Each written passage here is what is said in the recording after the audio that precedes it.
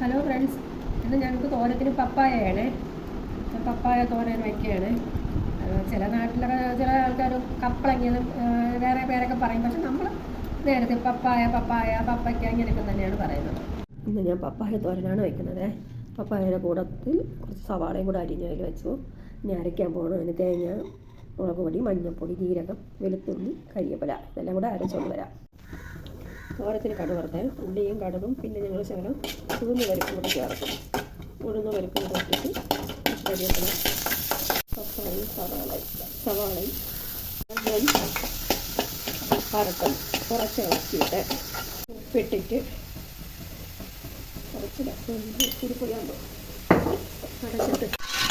അടയ്ക്കുന്നു. അത് ആവി കടന്ന് വേവട്ടെ.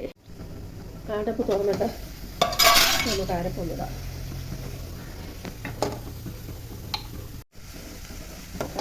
അതിൻ്റെ അരപ്പ് പിടിക്കും.